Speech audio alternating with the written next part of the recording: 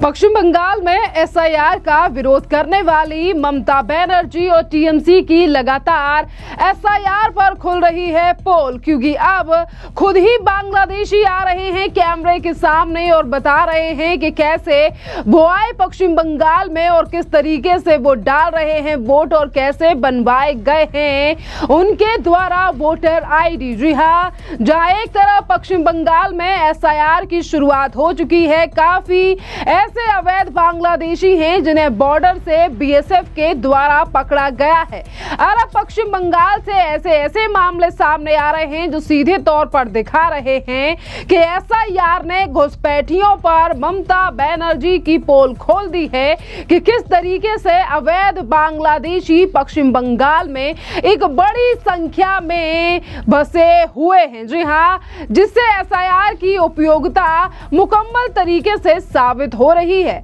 अवैध बांग्लादेशी एक एक कर अब सामने आने लगे हैं और इन लोगों द्वारा वोटर आईडी कार्ड हासिल करने के लिए अपनाए गए तरीकों का भी तिगड़म ये लोग बता रहे हैं। और ऐसा ही एक मामला सामने आया है जिसमें ससुर को पिता बनाकर बनवा लिया पहचान पत्र अवैध रोहिंग्या बांग्लादेशी ने। जी हाँ, पश्चिम बंगाल में अवैध बांग्लादेशियों द्वारा वोटर आईडी कार्ड बनवाने के लिए अब चौंकाने वाले तरीके सामने आ रहे हैं, क्योंकि जितने भी लोग बीएसएफ के हाथ लग रहे हैं और जिन भी लोगों के ऊपर शक है, आज वो लोग बता रहे हैं कि कैसे वो बांग्लादेश से पश्चिम बंगाल में आए और किस तरीके से उन्होंने यहाँ की नागरिकता हासिल की, यानी कि यहाँ पर वोटर आईडी बनवाए और कैसे वो यहाँ पर वोट दे रहे हैं। वोटर कार्ड बनवाने के लिए एक फॉर्म भरना होता है और इसमें एक पिता का कॉलम भी होता है कि आपके पिता क्या है,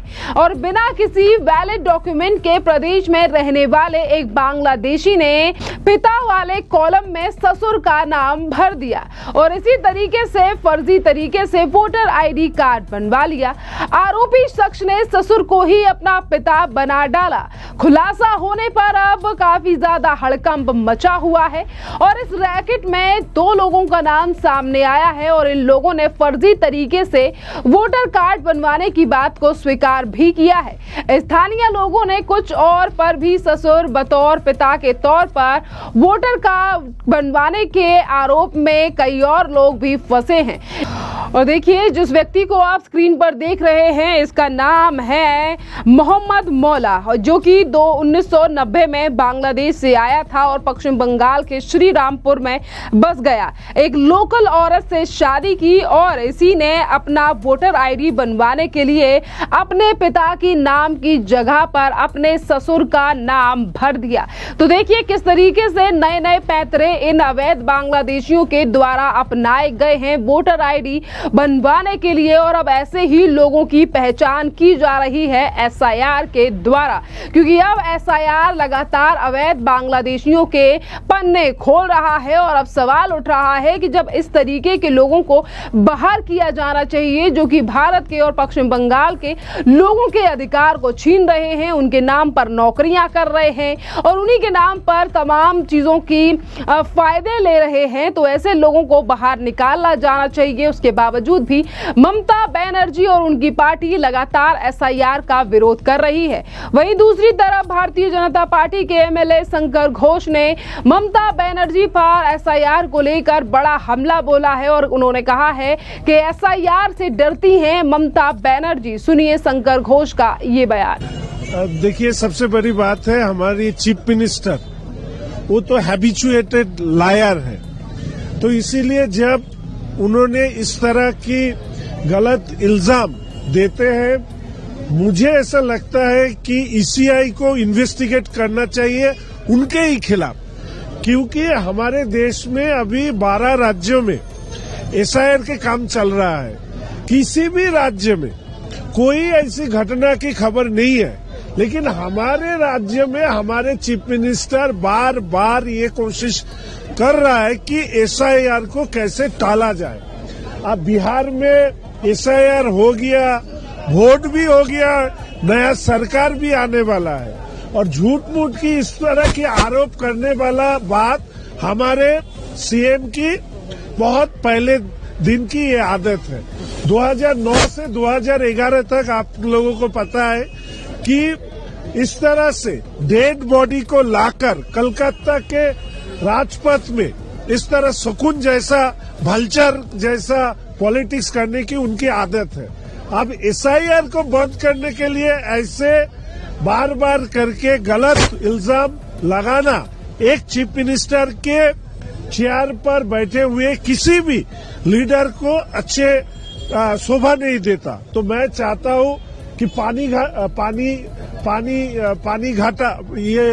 घाटी में जिस तरह की इंसिडेंट हुआ था, एक आदमी का मौत हुआ, उसका राइट हैंड में 4 अंगुल फिंगर नहीं थे, फिर भी उन्होंने लेटर लिखा।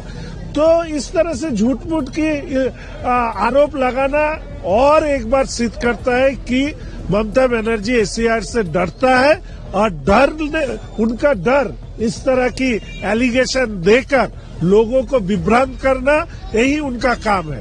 उन्होंने एसआईआर के खिलाफ रास्ते में उतरा, रैली भी किया और उसके बाद उन्होंने फॉर्म भी लिया, फॉर्म फिलअप किया। तो इस तरह की डबल स्टैंडर्ड रोल लेना चीफ मिनिस्टर के पोस्ट में रहते हुए शोभा नहीं देता। 100 बांग्लादेशी जो यहाँ पे रहते हैं वो अभी वापस आने की कोशिश कर रहे हैं, बॉर्डर से जा रहे हैं। बहुत सारे लोग हैं ना, बहुत सारे लोग हैं जिसके आंखों में काला चश्मा डाला हुआ था। हमारे लीडर ऑफ अपोजिशन शुभेंदु दा ने बहुत दिन से ये बात बोल रहे थे कि हमारे पश्चिम बंगाल में अनुप्रवेश एक बहुत बड़ी समस्या है और इस वजह से हमारे देश के लोगों की जो अधिकार है वो संकुचित हो रहा है। हमारे पश्चिम बंगाल से माइग्रेटेड लेबर बाहर जाकर काम ढूंढ रहा है, इसलिए कि हमारे पश्चिम बंगाल में हमारे लोगों के काम जो लोग खा रहे थे वो है अनुप्रवेशकारी, इन्फिल्ट्रेटर। अभी ये लोग हमारे देश छोड़ के चला जाएगा तो हमारे राज्य में सुकून आएगा, हमारे राज्य में कामकाज की जो कमी है वो भी भरपाई होगा। बीजेपी लगातार एसआईआर के मामले पर ममता बनर्जी पर हमलावर है और इसी बीच दिलीप घोष ने भी ममता बनर्जी पर कई और मुद्दों को लेकर हमला बोला है। सुनिए दिलीप घोष का बयान। ममता बनर्जी का क्या अधिकार है थाना में शिकायत करने का? उन्होंने गाली दिया राज्यपाल को, राज्यपाल जी ने उसका शिकायत किया। तो ये पुलिस आपका घर का पालतू है, इसलिए आप कुछ भी करेंगे। शिकायत कर दिया। हम लोग मार खाते हैं, बाड़ी घर तोड़ देता है, एक ये नहीं लेता है, फायर नहीं करता पुलिस। महिलाओं के साथ उत्पीड़न होता है, रेप होता है, उसका भी एक एफआईआर नहीं होता है। कमल मंजी के साथ क्या हुआ है, जाके एफआईआर कर दिया। क्या आप लॉयर इसलिए, और लॉयर है तो लॉ का समझो और जो संविधान और संवैधानिक पद का मर्यादा को भी समझो। एक के बाद एक बीएलओ आत्महत्या कर रहे हैं, बीमार पड़ रहे हैं। राष्ट्रीय चुनाव आयोग जमराज के दफ्तर में बदल गए हैं। बीएलओ के मौत पर कुणाल घोष का प्रतिक्रिया। अभी दिसंबर 4 तारीख तक पश्चिम बंगाल में जितना भी डेथ होगा सब, और इसके लिए एसआईआर के लिए पूरा देश में एसआईआर हो रहा है, किसी को कुछ नहीं हुआ। यहाँ से हार्ट अटैक आ रहा है, मर रहे हैं। तो यहाँ तो एकदम महामारी आ गया है एसआईआर को सुनकर। अब सब बीमारी देखिए 4 तारीख के बाद ठीक हो जाए। एसआईआर को माहौल में हाकिमपुर सीमा से बांग्लादेश लौटने की फिर मतदान से लेकर आधार कार्ड, बैंक की सुविधा लेकर लक्की भंडार सब कुछ मौजूद है, फिर भी क्यों भाग रहे हैं? मेरा तो कहना है कि बीएसएफ पूरा जितना बांग्लादेश के साथ हमारा चेक पोस्ट है खोल देना चाहिए, ओपन कर देना चाहिए। वन वे ट्रैफिक बंगाल से बांग्लादेश जो जाएगा उसको छोड़ दो, तो उधर से आने के लिए मना है। यही मौका है, 10-20 लाख पॉपुलेशन बंगाल की कम हो जाएगी।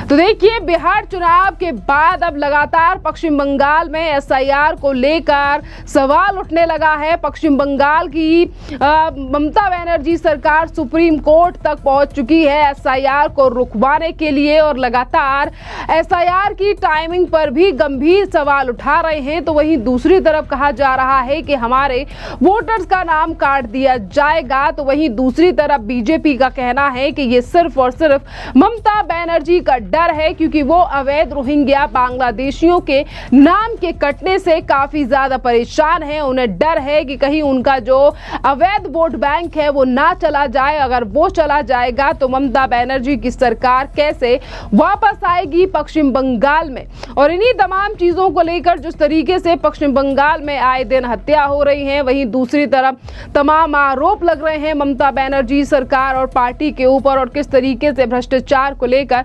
बीजेपी लगातार हमलावर है ममता बनर्जी पर। इसी बीच भारतीय जनता पार्टी के राष्ट्रीय प्रवक्ता शहजाद पूनावाला ने ममता बनर्जी के ऊपर हमला बोलते हुए कहा है कि पश्चिम बंगाल में सिर्फ और सिर्फ घुसपैठिए ही सुरक्षित है। सुनिए शहजाद पूनावाला का ये बयान। देखिए, संवैधानिक संस्थाओं का, संवैधानिक पदों का अपमान ये बन चुकी है टीएमसी की पहचान। जब स्वयं ममता बनर्जी, उनके सबसे करीबी नेता फिराद हकीम, महुआ मोइत्रा इलेक्शन कमीशन को लेकर धमकी देते हैं, दंगों की बात करते हैं, हाथ पैर तोड़ देंगे इस प्रकार की बात करते हैं, बांग्लादेश मॉडल भारत में लागू हो जाएगा इस प्रकार का भड़काने का काम करते हैं, और फिर इलेक्शन कमीशन के अलावा उनके अन्य नेता कभी सुप्रीम कोर्ट और कोर्ट को टारगेट करते हैं, और अब तो गवर्नर के इंस्टीट्यूशन और ऑफिस को भी लगातार टारगेट करने का काम किया जा रहा है। वहां पर तो हमारे आदिवासी समाज से आने वाले सांसद भी सुरक्षित नहीं है, किस प्रकार से उनको लहूलुहान किया गया। तो हर संवैधानिक संस्था के खिलाफ अपनी वोट बैंक की दुकान को ऊपर रखते हुए ये लोग हमला करते हैं।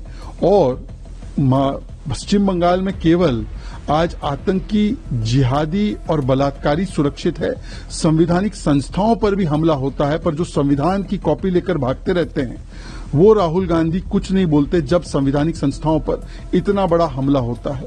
वहां पर एनआईए की टीम पर हमला होता है, सीबीआई ईडी की टीम पर हमला होता है, सांसद पर हमला होता है, इलेक्शन कमीशन पर हमला होता है, गवर्नर पर हमला होता है।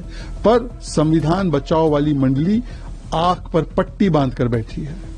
सर देखिए, महाराष्ट्र में, हरियाणा में जब कांग्रेस पार्टी चुनाव हारी तो उन्होंने पोस्ट पोल एक्सक्यूज बनाया कि इलेक्शन कमीशन में गड़बड़ थी, ईवीएम में गड़बड़ थी, वोटर लिस्ट में गड़बड़ थी, इसलिए हम हारे। अब बिहार और असम में एक नया मॉडल अपनाया गया है, वो है प्री पोल एक्सक्यूज बनाना।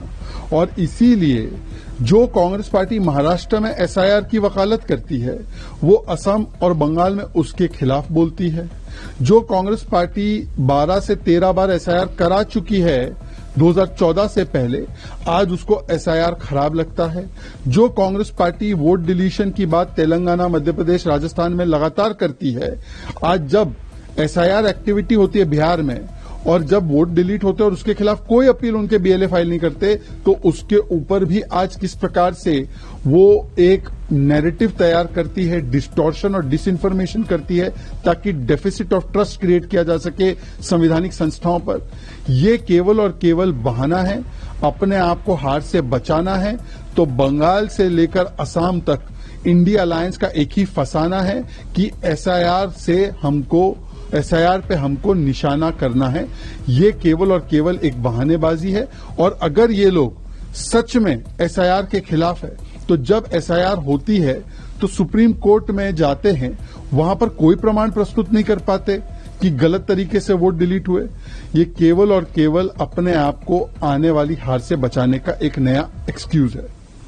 तो देखिए, बीजेपी लगातार एसआईआर के मामले और पश्चिम बंगाल से सामने आ रहे भ्रष्टाचारों पर ममता बनर्जी पर हमलावर है। वहीं ममता बनर्जी लगातार केंद्र सरकार और चुनाव आयोग पर तमाम आरोप लगा रही हैं। पर 2026 में आने वाले विधानसभा चुनाव पर कितना असर पड़ेगा एसआईआर का, और आखिरकार क्या विरोध है, असली वजह ममता बनर्जी क्यों कर रही हैं विरोध, इस पर लगातार जनता भी उठा रही है सवाल। तो अब देखना है अहम रहेगा कि एसआईआर कब तक कंप्लीट हो जाएगा। देखिए, बीएलओ जो फॉर्म बांट रहे हैं पश्चिम बंगाल में एसआईआर को लेकर, जिसमें से एक की हत्या कर दी गई है, तो आप देख पा रहे हैं कि जिस पश्चिम बंगाल को एक सुशासन वाला राज्य कहती है ममता बनर्जी, वहीं पर किस तरीके से एसआईआर का काम करने वाले अधिकारी ही सुरक्षित नहीं है, क्योंकि इससे पहले कई बार धमकी दे चुके हैं ममता बनर्जी के पार्टी के नेता और कार्यकर्ता एसआईआर को लेकर। अब वही चीजें दिखने भी लगी हैं। खैर, इस पूरे मामले पर अब आपकी भी जो राय हो, आप हमें कमेंट कर जरूर बताइए। धन्यवाद।